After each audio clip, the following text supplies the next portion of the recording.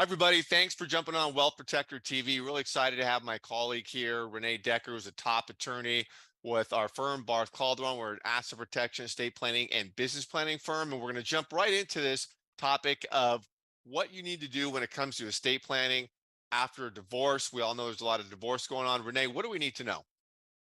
Yeah. So, getting a divorce can be an emotional time and obviously a time where you got to take care of a lot of different things, but it's super important to be thinking about those estate planning matters that you got to take care of. And so I'm going to go through 5 different things that you want to think about for estate planning purposes after a divorce. So, Wonderful. yeah, so the first big one is just taking a look at those documents that you've already got in place. So we'll start with the will and trust documents that you may have used as the foundation of your planning. And Yeah. so, if you have a will, it's likely that you may have named your ex-spouse as either the personal representative or the executor of your estate, depending on what your estate calls it. So as you can imagine, after a divorce, a lot of people don't want that ex-spouse to still serve in that role. Right. It's really important that you pull that will back out and say, okay, who did I name in it? And now, obviously things have changed. I need to get that updated and really put some consideration into thinking about, well, now that you don't have a spouse to do it, who do you want to do it for you? And the flip side of that is kind of true too, right? A lot of people actually don't do planning because they think, well, I'm married, so if something happens to me, my spouse will take care of everything. Even though that's not, even that's not true in all circumstances, it's still important to have planning in place when you are married. It's really important to have that planning in place now that you're no longer married because you don't have that spouse to step in and do that for you. So even if you don't have a will in place, it's really important now to think about who you want that person to be to step forward and take care of things when you're not here anymore. And quick question, Renee, is what if a divorce takes 2 years uh, and you have this planning in place before the divorce? Now the divorce is taken, whatever it's taken. You don't want to have your old documents in place while you're going through the divorce, right? Because what if something happens to you, the documents kick in, you're like, oh, you're divorcing this person over here. You can't stand, but now they're still the one that's responsible for you. So can you do some things like to at least stop the old planning while you're, doing this? Yeah, absolutely. And so as you're going through the process of getting the divorce and you know that it's happening and you know that it's coming up, it's a great time to be thinking about going ahead and making those changes. And it's really important that you're talking to both your estate planning attorney about that and your family law attorney about that, because there's Right. some things that you might not be able to fully change when you're just in the beginning part of that process. But like you said, even if you're just in the beginning part, you probably wouldn't want that person, that ex-spouse or that soon-to-be ex-spouse, to be the person that's in charge of, probating your No. assets if that's necessary, or even serving as successor trustee to your trust if that becomes necessary. So, Right. Okay. um, Good. yeah, and so the second part of that is making sure if you do have trust planning in place, that you're pulling out that trust document and taking a look at that, because that document is usually where everything's a little bit more entwined with your spouse, right? Because Right. if you've done that revocable living trust planning, then you've got the trust and you've got a lot of assets that are named in the name of that trust. And so Right. now we got to think about getting that revocable living trust revoked, and then what are we going to put in place of the revoked revocable living trust, and then changing the titling of all the assets that you moved over into that trust so that it reflects the new situation and how you want things to go in the new reality. Yeah, because obviously you have a whole new life going on. I mean, the difference between a married couple and a single person, obviously the kids, but just everything for your financial planning, the estate and who's responsible for medical directives, all that. So yeah, I can see the trust thing, really big deal. Yeah, huge deal, and it can cause some really difficulties on down the line if we don't get it taken care of, as a part of this planning for your new life. Right. Because let's say, even if you go through the process of revoking the trust, what happens to those assets if you haven't retitled the assets into the name of a new trust, or your own individual name, if that's what you Yeah. need to do in the interim. It can really cause some headache for someone who's trying to administer it after something happens to you or even during your incapacity.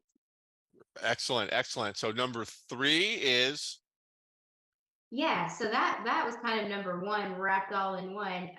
So the number two is oh, because we want to think about the number one is really we want to think about that will and that trust. So that's really who's going to serve in those successor roles to you, and who and where are those assets yeah, going, right? Because if your trust says all those assets are going to your ex-spouse, you probably don't want that to happen. So we got to get that updated.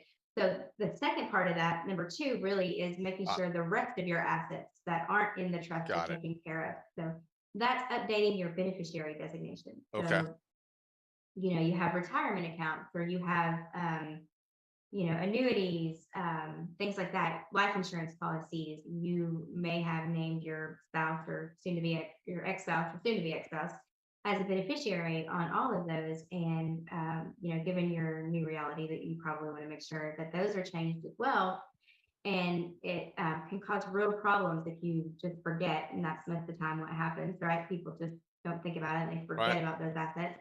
But not taking action to change those can lead to a situation where your ex-spouse is getting, that asset. And I've seen it happen, a bunch of times to people. Yeah, yeah, because certain assets pass by contract, right? Hmm. Versus your living trust. And so, yeah, all those things you mentioned, life insurance, bank accounts, brokerage accounts, IRAs, Ross. Yeah, it's a great point. A lot of people forget about that. Okay, excellent. Yeah, yep. And in some cases, the whatever institution has that contract in place has sort of kind of planned for that contingency. But in a lot of cases, they haven't planned for They that don't. contingency. So Right. you're just sort of at the mercy of the institution, who will be under a legal obligation to give that asset to whoever you've designated to Yeah. receive it. So yeah. E- Excellent. Okay. I think we're on to number three now. Now we're on to number three. So number three, and this one's especially important if you have minor children. It's also important even if you have older children. So planning for your children's future. Hmm. And so, yeah, so you're planning for your children's future on two fronts, right? If they're minor, you're planning for their financial future, whether they're Right. minors or they're not minors. And so you have to think about who it is you want to be in charge of helping them manage their assets, at least any assets that they are to receive from you, in the event that you're no longer around. And so, you're thinking about who is going to be the successor trustee of your own trust now that we've redone the trust for you.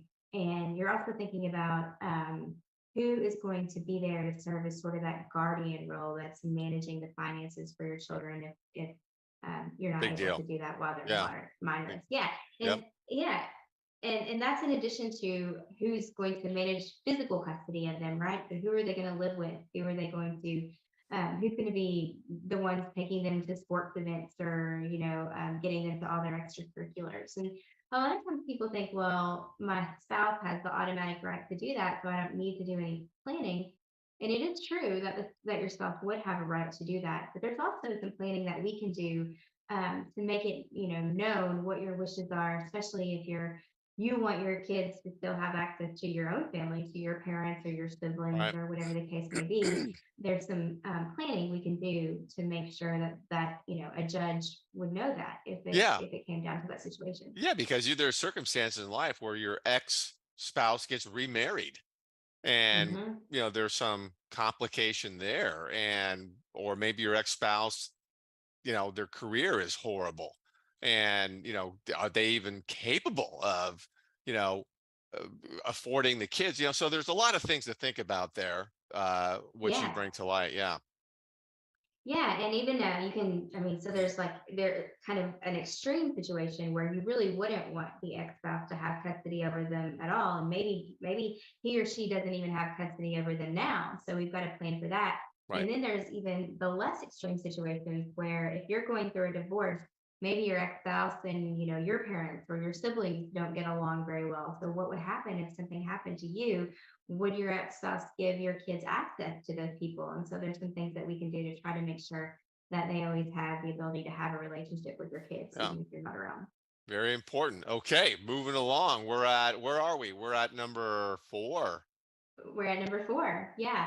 So number four is really about that incapacity planning. So we talked about that, what happens if you pass away planning with your will and your trust. But now we need to think about what happens if you don't have the capacity to make some of these decisions for yourself. And this one really gets a lot of people that are going through a divorce and have never done planning at all. Because a lot of times, if they haven't done planning, they think, okay, well, if I can't manage my financial affairs or if I can't make healthcare decisions for myself, my spouse will do it. Well, now we don't have that spouse role anymore.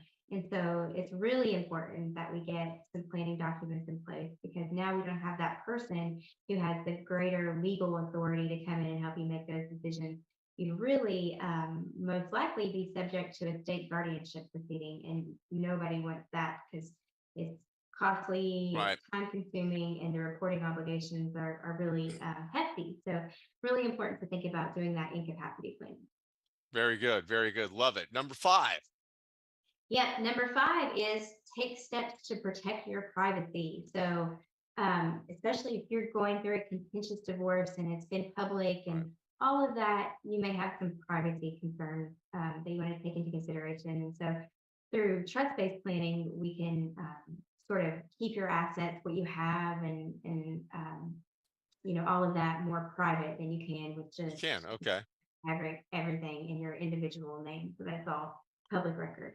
Right. No, that's a great thought because uh, we all know wills are public and living trusts are not. It's just not opened up to the public. So your comment of even when you're going through a divorce, contentious, and you know keep it off the radar. Love it.